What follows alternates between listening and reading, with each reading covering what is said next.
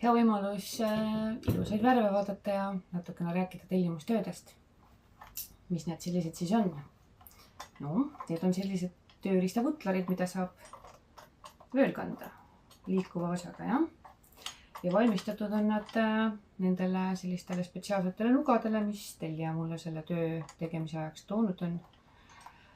Need ei olegi mõeldud selleks, et nad hoiaksid neid nuge siin pea alaspidi olukorras ka kinni, vastupidi. Nuge peab saama siin sees kanda niipidi, nagu töötaja parasjagu tunneb, et tal mugavam on. Lihtsalt sellised hoidmise panipaiga kohad. Valmistatud on nad siuksest päris paksust nahast.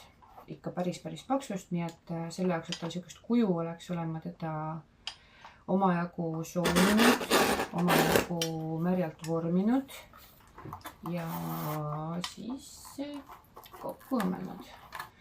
Selle tagumisosa tegin veel siuksest eriti jäigast nahast, et ta hoiab tal siukest ja tugevat kuju.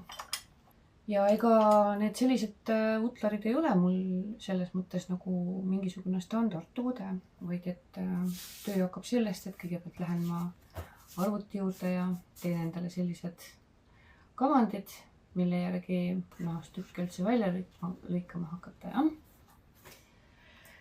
kaunistuseks leppisime kokku, et teeme nad kõik erinevat värvi. Minu arvates väga tore valik, miks mitte. Ja siis on igale neist on siukene väike märgike peale voolitud kaunistuseks ka. Natukene uhkem. Võt, kui sul on mõni ese, mida sa soovid nahast ümbrisesse panna, siis võta minuga ühendust ja ma valmistan sulle.